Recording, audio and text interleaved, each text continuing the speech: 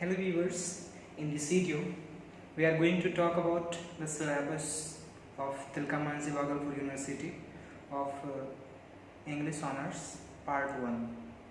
आज हम इस वीडियो में बात करेंगे कि Part 1 जो आप इंग्लिश ऑनर्स यदि लेते हैं और तिलका मांझी भागलपुर यूनिवर्सिटी से आपका कॉलेज बिलोंग करता है तो वहाँ का सिलेबस क्या है। और उससे पहले मैं कुछ बेसिक जानकारियाँ दे दूँ, क्योंकि पार्ट 1 के बहुत बच्चे को पता नहीं होता है कि हमें क्या पढ़ना है, कितना पढ़ना है। तो जानकारी के लिए बता दूँ कि आपको 500 मार्क्स का पढ़ना है, जिसमें कि 2 मेन पेपर होगा आपका और वो कंक्लूड होगा फाइनल पार्ट तक। ठीक है, यानी 2 पेपर आपको मेन पढ़ना है पार्ट 1 में, 2 पेपर पार्ट 2 में और 4 पेपर पार्ट 3 में, यानी टोटल 8 पेपर पढ़ने हैं आपको, जिसमें से 2 पेपर पार्ट 1 में पढ़ना है। और जो 300 का जो बाकी होगा, चूँकि 500 का एग्ज़ाम होता है हर साल हर पार्ट में, तो 300 का जो बाकी होगा तो वो 100 मार्क्स आपका ऑप्शनल होगा। आप उसमें चाहे 50 इंग्लिश 50 हिंदी ले सकते हैं, या फिर चाहे तो 100 हिंदी भी ले सकते हैं।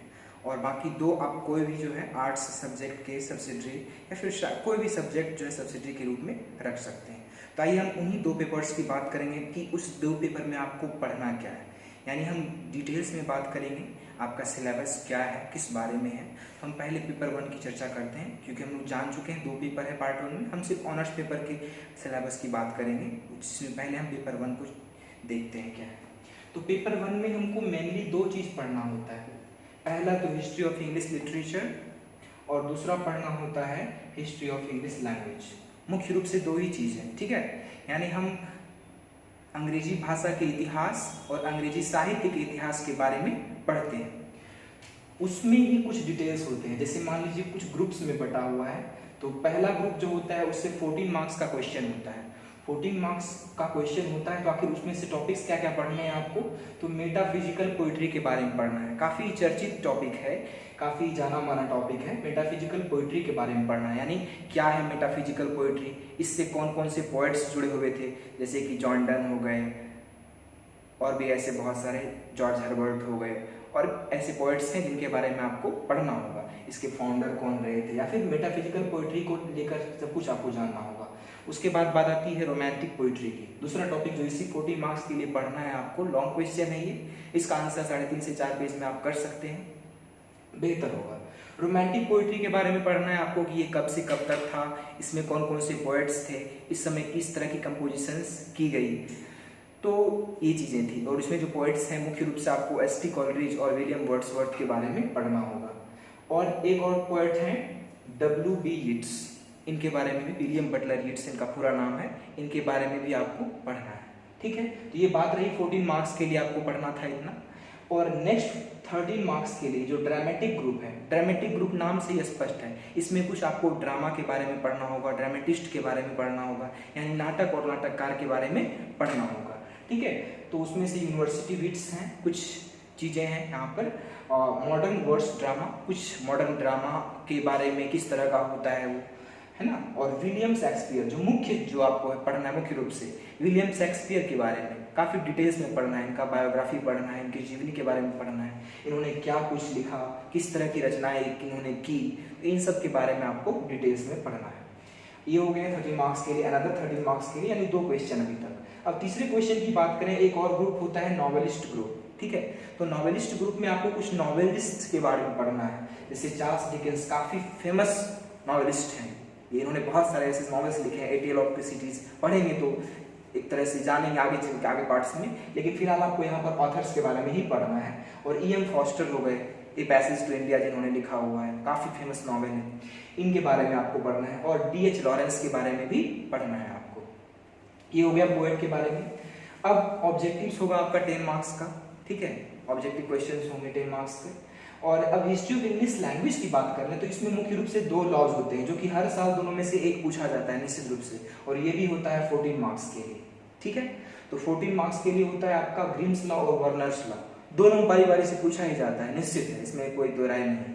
तो आप यदि वीडियोस जानना चाहें इसके बारे में तो मेरी वीडियोस देख सकते हैं, प्लेलिस्ट में जाकर चेक कर लीजिए, बैचलर ऑफ ऑनर्स के प्लेलिस्ट में मिल जाएगा।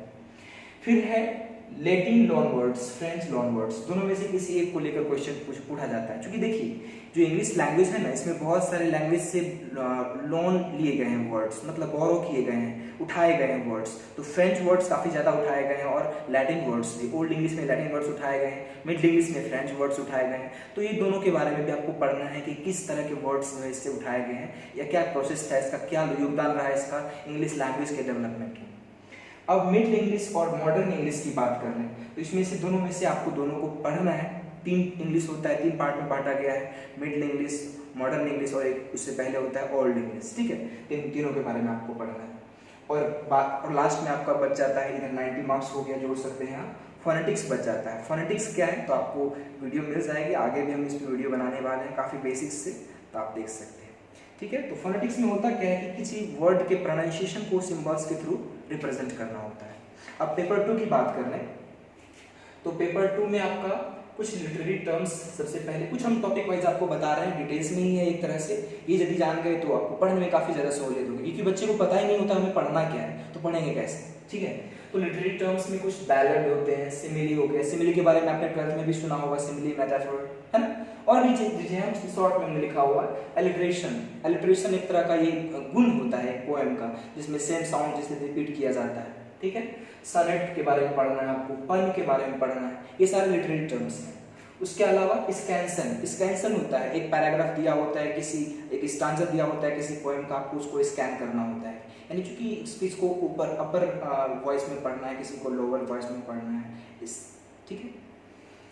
और 2 मुख्य आपको पोएट्री है। पोएट्री किसे कहा जाता है? लॉन्ग पोएम्स को, नैरेटिव पोएम्स को जो है पोएट्री कहा जाता है। 2 पोएम्स है लंबे लंबे, the rape of the lock और the scholar gypsy. The rape of the lock के लेखक है अलेक्जेंडर पोप। इसके बारे में आपको इसका समरी मिल जाएगा, थीम मिल जाएगा, आपको वीडियो में जाकर प्लेलिस्ट में चेक कर सकते हैं। स्कॉलर जिप्सी के बारे में हमने वीडियो नहीं बनाई है, आगे वो पाई जल्दी ही बनाए हैं, तो आप देख सकते हैं, सबको पढ़ना है आपको। इसके अलावा एक्सप्लेनेशंस आते हैं। एक्सप्लेनेशंस इसी दोनों से आता है और इसी दोनों से ही पूछा जाना है, और अल्टरनेट होता है, 4 में से 2 को एक्सप्लेन करना होता है। 2 इससे रहता है 4, और उसमें से 2 आपको एक्सप्लेन करना होता है। एक्सप्लेनेशन 12th में जैसे करते थे वैसे ही करना है, लेकिन थोड़ा सा चूंकि अब हायर क्लास में आए हैं तो कम मार्क्स के लिए थोड़ा ज़्यादा मेहनत करना पड़ेगा, ज़्यादा से ज़्यादा आपको लिखना पड़ेगा। क्योंकि मान लीजिए यदि 5 मार्क्स का रहता है तो आपको 1.5 पेज 2 पेज लिखते तो और अच्छा है, क्योंकि आपको कैपेबिलिटी लानी होगी अपने अंदर, वो क्षमता। ओड के बारे में पढ़ना है, ब्रिटिश पोएम्स हैं कुछ, उसके बारे में पढ़ना है। कुछ इंपॉर्टेंट पोएम्स हमने उसके नाम भी लिख दिए हैं। Towards all the centre of the earth, ये विलियम शेक्सपियर की पोएम है, आपको इसको पढ़ना है। उसके बाद ब्रेक ब्रेक ब्रेक, ये अल्फ्रेड लॉर्ड टेनिसन के द्वारा लिखा गया है, इसको पढ़ना है आपको। लंदन, विलियम ब्लेक के द्वारा लिखा गया है, इसको पढ़ना है। Slumber did my spirit seal, इसको विलियम वर्ड्सवर्थ ने लिखा है, इसको पढ़ना है आपको। फ्यूटिलिटी विल्फ्रेड ओवन के द्वारा लिखी गई है, इसे पढ़ना है। तो आई होप स्टूडेंट्स, मैंने आपको अच्छी जानकारी दी, आपको पार्ट 1 के सिलेबस के बारे में, और मैं इस तरह की वीडियोज़ आपके लिए लाता रहूँगा और लाता रहता हूँ।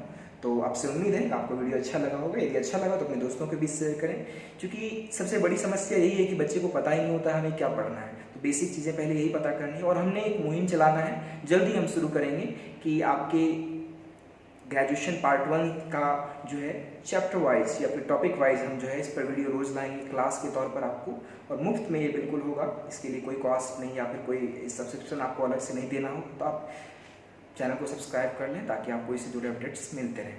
तो धन्यवाद पूरी वीडियो को देखने के लिए। झेलना मुश्किल होता है थोड़ा, क्योंकि पढ़ाई की चीज़ें अच्छी नहीं लगती हमें।